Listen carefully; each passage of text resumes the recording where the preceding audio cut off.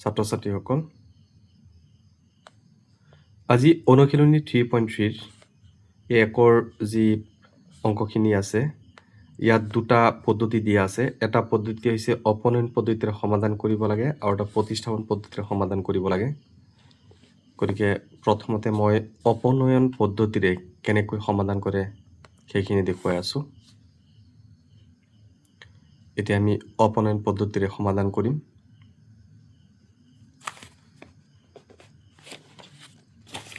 এতিয়া প্ৰথম যেটো অংক আছে x plus y equal 5 আৰু 2x minus 3 equal 4 এটা আমি অপনয়ন পদ্ধতিৰে সমাধান কৰিম এটা এডৰ কুৱেশ্যন আমি যেতে এনসাৰটো কৰিম এনেকৈ কৰিম লিখি লোৱা ইয়াত কি দি আছে আমি এটো লিখিম এত কি দি আছে x plus y equal কিমান 5 দি আছে ক্লাস 3 ৰ অনুশীলনী 3.3 অনুশীলনীত অপনয়ন পদ্ধতিৰে যি সমাধান কৰা অংকখিনি আছে এইখিনি কৰি আছো এক নম্বৰ অংকটো হৈছে x plus y equal 5 আৰু 2x minus 3y equal 4 গতিকে আমি যেতিয়া অংকটো কৰিম প্ৰথমতে এনেকৈ পাতি লবা ইয়াত x plus y টো লিখি ল'ব লাগিব x plus y equal to 5 এটা আমি নাম্বাৰিং কৰি দিলো এক নম্বৰ দিলো এটা দুই নম্বৰ সমীকৰণটো কি আছে twice x minus 3y equal 4 এটা আমি দুই নম্বৰ নাম্বাৰিং দিলো এতিয়া যেটো কি কৰিব লাগিব অপনয়ন পদ্ধতিৰে সমাধান কৰিব লাগে এতিয়া আমি ইয়াত x থকা বা y থকা পদ যি দুটা থাকিব এইটো প্ৰথমতে আমি যিকোনো এটা পদ উঠাই ল'ব লাগিব ইয়াত চোৱা ইয়াত আছে x plus y x ৰ হক কিমান 1 y ৰ হক কিমান 1 ইয়াত x ৰ হক কিমান আছে 2 ইয়াত y ৰ হক কিমান আছে 3 গতিকে আমি প্ৰথমতে এই হক দুটা মিলাই লম যেহেতু ইয়াত 2 আছে ইয়াত একো নাই গতিকে এইটো হক আমি মিলাই লম বা y ৰ হকটো মিলালেও হ'ব এতিয়া আমি অংকটো এনেকৈ কৰিম ইয়াত এক নম্বৰ সমীকৰণ আমি এক নম্বৰ সমীকৰণ দিলো এক নম্বৰ সমীকৰণ এটা লিখিলো এতিয়া লিখিলো পৰা এতিয়া এক নম্বৰ সমীকৰণ পূৰণ এক নম্বৰ সমীকৰণটো আমি 2 এৰে পূৰণ কৰিম 2 এৰে পূৰণ কৰিলে এটো কি হ'ব গোটেইখিনি 2 এৰে পূৰণ হৈ যাব এটা দুইটো আমি লিখি লওঁ 2 এৰে পূৰণ কৰিলে এটো কি হ'ব twice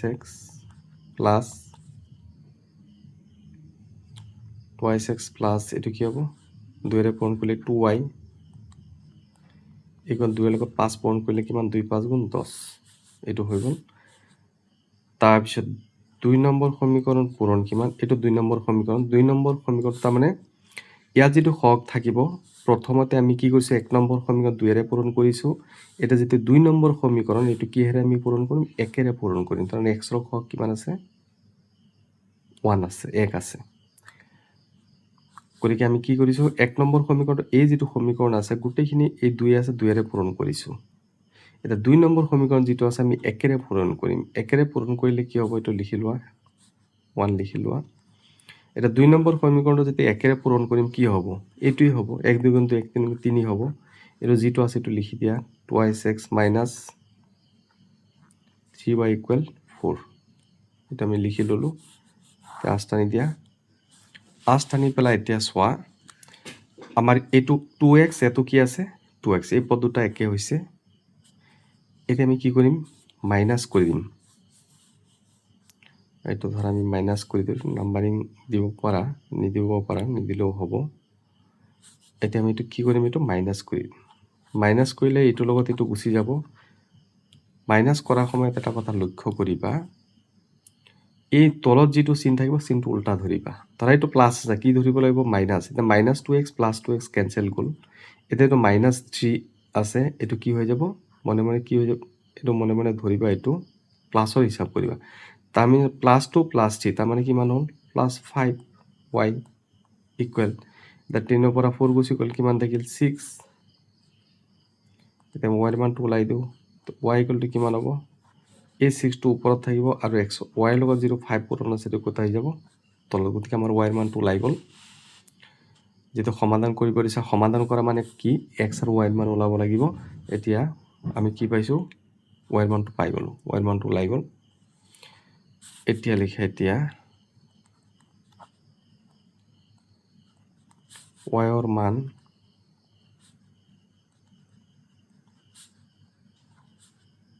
একত, এইটোত তাৰমানে 1 নম্বৰ সমীকৰণত বহাই পাওঁ। এইটো আমি লিখি ল'লোঁ। এতিয়া যিটো 1 নম্বৰ সমীকৰণ আছে সেইটো প্ৰথমতে ইয়াত লিখি লোৱা। আমি কমপ্লিট লিখি লওঁ, তেতিয়া ভুল হোৱাৰ চান্সটো কম থাকে। ডাইৰেক্ট কৰি ল'লে ভুল হোৱাৰ চান্স থাকে। এক্স আছে, এক্স লিখা, প্লাছ আছে প্লাছ দিয়া, ৱাই আছে, ৱাইৰ মানটো কিমান 6/5। তাৰপিছত কি আছে, এইটো ইকুৱেল আছে, ইকুৱেল দিব লাগিব। ইয়াত কি আছে 5। এতিয়া ইয়াত এক্স আছে, এক্স লিখা, ইকুৱেল টু 5 আছে, আমি 5 লিখিলোঁ। এইটো প্লাছ 6/5 সমান চিহ্ন সিফালে গ'লে কি হ'ব, এইটো মাইনাছ 6/5 বা এক্স ইকুৱেল এনেকৈ যদি থাকে, এতিয়া 5 যিটো আছে 5টো লসাগু। এতিয়া এই 5ৰ লগত কিন্তু পূৰণ হৈ যাব, মনত ৰাখিবা। 5 5 গুণ কিমান 25 মাইনাছ কিমান এইটো 6 আছে। তেতিয়াহ'লে এক্স ইকুৱেলটো কিমান হ'ল, 25ৰ পৰা 6 গুচি গ'ল, কিমান থাকিল 19 ডিভাইডেড বাই কিমান 5। এইটো কাৰ মান ওলাইছে, এতিয়া এক্স ইকুৱেল 25 মাইনাছ 6 ডিভাইডেড বাই 5, 5 5 25 মাইনাছ 6। এতিয়া এইটো হ'ল এক্স ইকুৱেলটো এইটো 5, 25ৰ পৰা 6 গুচি গ'ল, কিমান থাকিল 19। এটা মানে এটা মান ওলাই গ'ল। এতিয়া লিখা এক্স ঠিক আছে। এতিয়া ৱাইৰ মানটো কিমান হ'ল 6/5 আৰু এক্সৰ মানটো কিমান হ'ল 9/5। গতিকে প্ৰথম যিটো অংক আছিল সেই প্ৰথম অংকটো কৰা হ'ল। এনচাৰ এইটোৱে, এইটো এনচাৰ আৰু এইটো এনচাৰ। অপনয়ন পদ্ধতিৰে 1ৰ 2 নম্বৰ অংকটো কৰি আছোঁ। প্ৰথমতে আমি এইটো লিখি ল'ম, যিটো সমীকৰণ দিয়া আছে এইটো আমি লিখি ল'লোঁ। 3x + 4y = 10 নাম্বাৰিং কৰি দিয়া। পিছৰটো লিখা 2x - 2y = কিমান 2। 2 নম্বৰ সমীকৰণ দিলোঁ। 3x + 4 = 10, 2x - 2y = কিমান আছে 2। এতিয়া আমি প্ৰথমতে এই খ কিমান আছে, 3 আছে 2 আছে, প্ৰথমতে আমি হৰটো মিলাব লাগিব। এতিয়া এই যিটো 1 নম্বৰ সমীকৰণ আছে, 1 নম্বৰ সমীকৰণ আমি ইয়াত 2 আছে, 2ৰে পূৰণ কৰিম। 1 নম্বৰ সমীকৰণ পূৰণ কিমান আছে 2।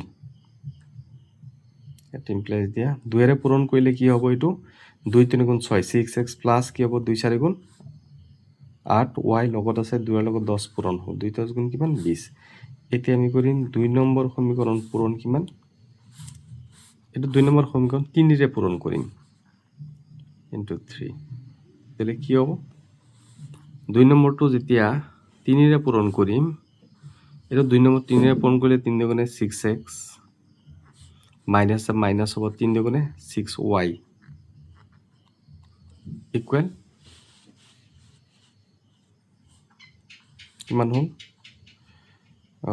2 নম্বৰখন 3ৰে পূৰণ কৰিছোঁ, ঠিক আছে। 3 দুগুণে 6, 3 দুগুণে 6, ইয়াতো কিমান হ'ব 3 দুগুণে 6 হ'ব।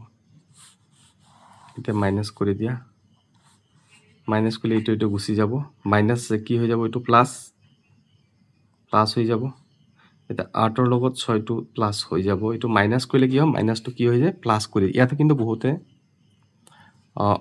বহুতৰ ইয়াত এইখিনিত তাৰমানে ভুল হৈ যায়।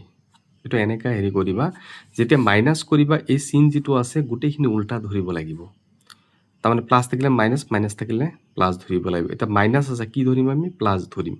প্লাছ ধৰিলে কি হ'ব +8 + 6, তাৰমানে কিমান হ'ব +14। আমি লিখিলোঁ 14y ইকুৱেল অংকটো কি মাইনাছ। এতিয়া কি 20ৰ পৰা 6 গুচি গ'ল, কিমান থাকিব 14 থাকিব। এতিয়া y ইকুৱেলটো হ'ব 14 ডিভাইডেড বাই 14। তেতিয়াহ'লে কিমান হ'ব, y ইকুৱেলটো কিমান হ'ল 1। তুমি এটা এনচাৰ পাই গ'লোঁ। এতিয়া ৱাইৰ মানটো যিকোনো এটাত বহাই দিয়া। এতিয়া ৱাইৰ মান আমি যিকোনো এটাত বহাই দিলে হ'ল, ঠিক আছে। 1তে বহাই দিলোঁ, 1ত বহাই পাওঁ। লিখিলোঁ এইটো লিখাৰ পিছত 1 নম্বৰ সমীকৰণটো আছিল কি এইটো লিখিলোঁ ইয়াতে 3x plus 4y equal to কিমান আছে 10 ইয়াত আছে 3x plus 4y y এর মানটো কিমান 1 equal to কিমান আছে 10 বা 3x plus 4 equal 4 গুণে 4 equal 10 1 বহাই দিলে equal 10 3x plus 4 গুণে 4 equal কিমান 10 the 3x equal to 10 আছে এটো প্লাস 4 সমান চিহ্নৰ সিফালে গলে কি হ'ব প্লাস চিহ্নটো কি হৈ যাব মাইনাস হৈ যাব 3x equal to কিমান 10 ৰ পৰা 4 গুচি গ'ল কিমান থাকি 6 এতিয়া x equal to 6 টো ওপৰত থাকিব এই 3 টো কত হ'ব তলত 3x equal to 6 x equal to কিমান হ'ব 6 by 3 তে x equal to কিমান 2 তো आंसर আমি কি পাইছো এইটো आंसर x এর মানটো 2 আৰু y এৰ মানটো কিমান 1 গতিকে ছাত্ৰ ছাত্ৰীসকল তোমালোকে ভিডিওটো চাই পেলাই কেনে পাইছা কমেন্টত জনাবা আৰু নতুন নতুন ভিডিও পোৱাৰ কাৰণে তোমালোকে মোৰ চেনেলটো সাবস্ক্ৰাইব কৰি ল'বা মই পৰ্যায়ক্ৰমে ভিডিও সমূহ দি যাম গতিকে আজিলৈ আহো ধন্যবাদ